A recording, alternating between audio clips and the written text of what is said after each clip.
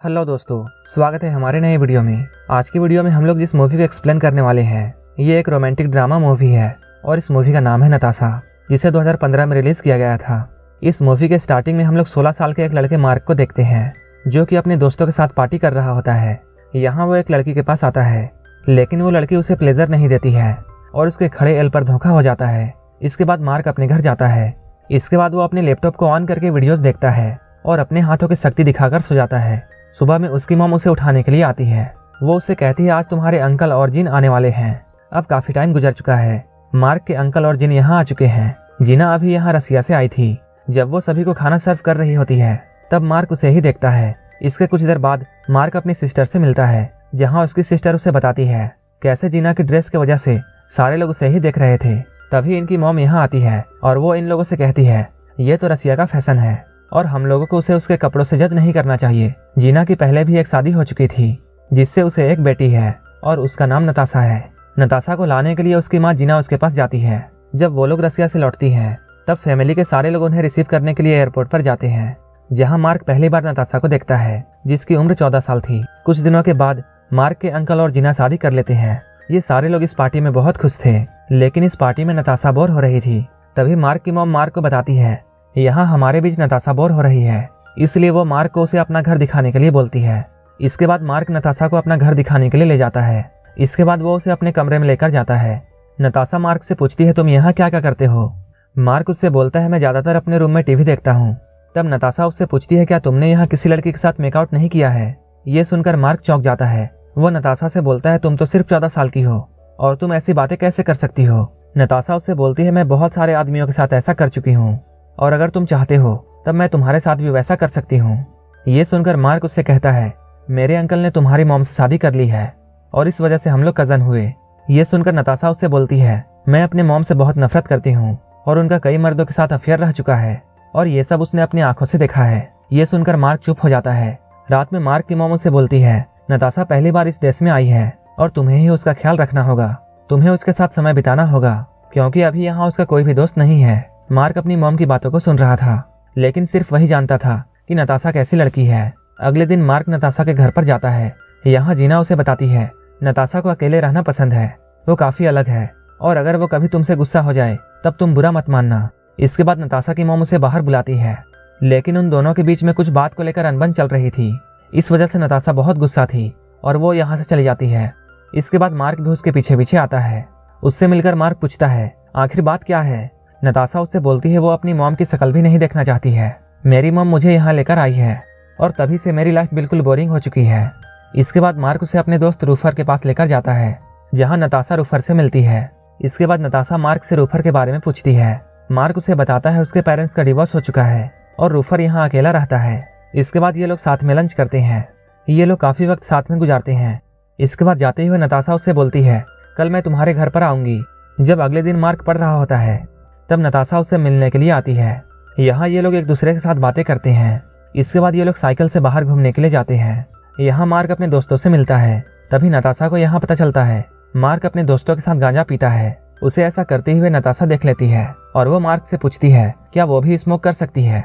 अगले दिन जब नताशा मार्क के घर पर आती है तब मार्क उसे स्मोक करने के लिए देता है।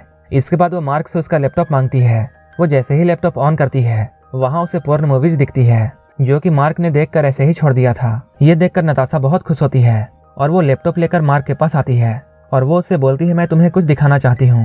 ये कहकर वो मार्क को अपने न्यूड फोटोज दिखाती है। साथ ही वो उससे ये कहती है वो भी इस तरह की वीडियोस बनाती है और वो यहाँ मार्क को सेड्यूस करने की कोशिश करती है और वो अपने कपड़े उतारने लगती है। इसके बाद मार्क भी अपने आप को कंट्रोल नहीं कर पाता है। इसके बाद ये लोग बैठकर वीडियोस देखते हैं। नताशा यहाँ मार्क को बताती है वो 12 साल की उम्र में ही ये सब करने लगी थी। वो ऐसा पैसों के लिए करती थी जिसके बारे में उसकी मॉम को पता चल गया था और उसकी मॉम उसके सारे पैसे लेना चाहती थी और यही वजह थी कि वो अपने मॉम से नफरत करती है। इसके बाद ये लोग हर रोज मिलते थे और ये लोग साथ मिलकर भयंकर घपाघप करते थे। अब मार्क को नताशा से प्यार होने लगता है। वो उसे घुमाने के लिए बहुत सारे जगहों पर लेकर जाता है। इसके कुछ दिनों बाद मार्क के अंकल और जीना बाहर चले जाते हैं, इसलिए नताशा मार्क के घर पर ही रुकती है। रात को ये दोनों चैटिंग करते हैं, फिर एक दूसरे को गुड नाइट कहकर सोने के लिए जाते हैं। लेकिन थोड़ी देर बाद नताशा मार्क के कमरे में आती है। वो कहती है उसे नींद नहीं आ रही है, इसलिए वो लोग बाहर घूमने के लिए जाते हैं। यहाँ नताशा मार्क को ये बताती है कि उसे यहाँ बहुत अच्छा लगता है और वो मार्क से ये कहती है वो यहाँ सारी जिंदगी रहना चाहती है। मार्क उससे कहता है ये तुम्हारा ही घर है। नताशा मार्क से कहती है मेरी मॉम तुम्हारे अंकल को चीट कर रही है, अभी भी उनका किसी और के साथ अफेयर चल रहा है और मैंने ये बात तुम्हारे अंकल को बता दी है, लेकिन उन्होंने मेरी बात पर भरोसा नहीं किया और वो मुझे ही झूठा समझते हैं। कुछ दिनों बाद जीना और मार्क के अंकल वापस आते हैं। वो लोग नताशा को अपने साथ चलने के लिए कहते हैं, लेकिन नताशा उनके साथ जाना नहीं चाहती है। वो कहती है वो यहीं रहना चाहती है। तब उसकी मॉम गुस्सा होती है और उससे वो बोलती है मुझे पता है तुम यहाँ क्यों रहना चाहती हो और मुझे ये सब पता है कि तुम मार्क के साथ क्या करती हो। इस बात पर नताशा बहुत गुस्सा हो जाती है और वो जीना पर हमला कर देती है। मार्क के डैड उन्हें ऐसा करने से रोकते हैं। इसके बाद नताशा की मॉम उसे जबरदस्ती अपने साथ ले जाती है। अगले दिन मार्क नताशा के घर पर जाता है। यहाँ आकर वो जीना से सॉरी कहता है। जीना उससे बोलती है इसमें तुम्हारी कोई गलती नहीं है। यहाँ वो नताशा की बुराई करती है और कहती है वो एक बहुत बिगड़ी हुई लड़की है, उसके कई बड़े बड़े मर्दों के साथ अफेयर रह चुके हैं, लेकिन तुम तो अभी बच्चे हो। ये कहकर वो मार्क को यहाँ से जाने के लिए बोलती है। जीना यहाँ मार्क को नताशा से मिलने नहीं देती है। उसी रात नताशा अपना सारा सामान लेकर मार्क के घर पर जाती है, जहाँ वो मार्क को बताती है वो फ्लोरिडा जा रही है। वो उससे पूछती है क्या वो भी उसके साथ आना चाहेगा। ये कहते हुए वो उसे बताती है मेरी मॉम और तुम्हारे अंकल का डिवोर्स हो चुका है और ये सब मेरी वजह से ही हुआ है, क्योंकि मैं तुम्हारे अंकल के साथ सोई थी ताकि उन दोनों का रिश्ता खराब हो जाए, क्योंकि मैं ऐसा नहीं चाहती थी कि मेरी मॉम तुम्हारे अंकल की जिंदगी बर्बाद कर दे। उस रात नताशा मार्क के घर पर ही रुकती है। जब सुबह होती है तब मार्क अपने बचाए हुए कुछ पैसे उसे देता है ताकि उसकी थोड़ी हेल्प हो जाए। इसके बाद जैसे ही सुबह होती है नताशा अपना सारा सामान लेकर यहाँ से चली जाती है। यहाँ मार्क के फैमिली वाले ये सोचकर बहुत परेशान थे कि मार्क के अंकल ने इतनी जल्दी अपनी शादी क्यों तोड़ दी, क्योंकि मार्क के अलावा यहाँ किसी को भी पता नहीं था कि इसके पीछे की वजह क्या है। मार्क इन्हें कुछ भी नहीं बताता है। वहीं मार्क का दोस्त रूफर उसे बार बार कॉल कर रहा था, लेकिन मार्क उसका कॉल नहीं उठा रहा था। कुछ दिनों बाद जब मार्क रूफर के घर में जाता है तब वो नताशा को यहाँ देखता है। तब रूफर उससे ये बोलता है मैं यही बात तुम्हें बताने के लिए बार बार तुम्हें कॉल कर रहा था, लेकिन तुम मेरा कॉल रिसीव नहीं कर रहे थे।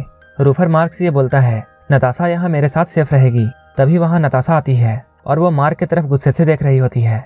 इसके बाद मार्क भी बहुत गुस्सा हो जाता है। वो यहाँ बहुत उदास था क्योंकि वो नताशा से प्यार करता था, लेकिन उसने उसे धोखा दे दिया और ये मूवी यहीं पर खत्म हो जाती है। अगर आपको ये मूवी अच्छी लगी हो तो एक लाइक जरूर कर देना और ऐसे ही मूवीज के लिए मेरे चैनल को जरूर सब्सक्राइब कर लेना। तो मिलते हैं हमारे नेक्स्ट वीडियो में।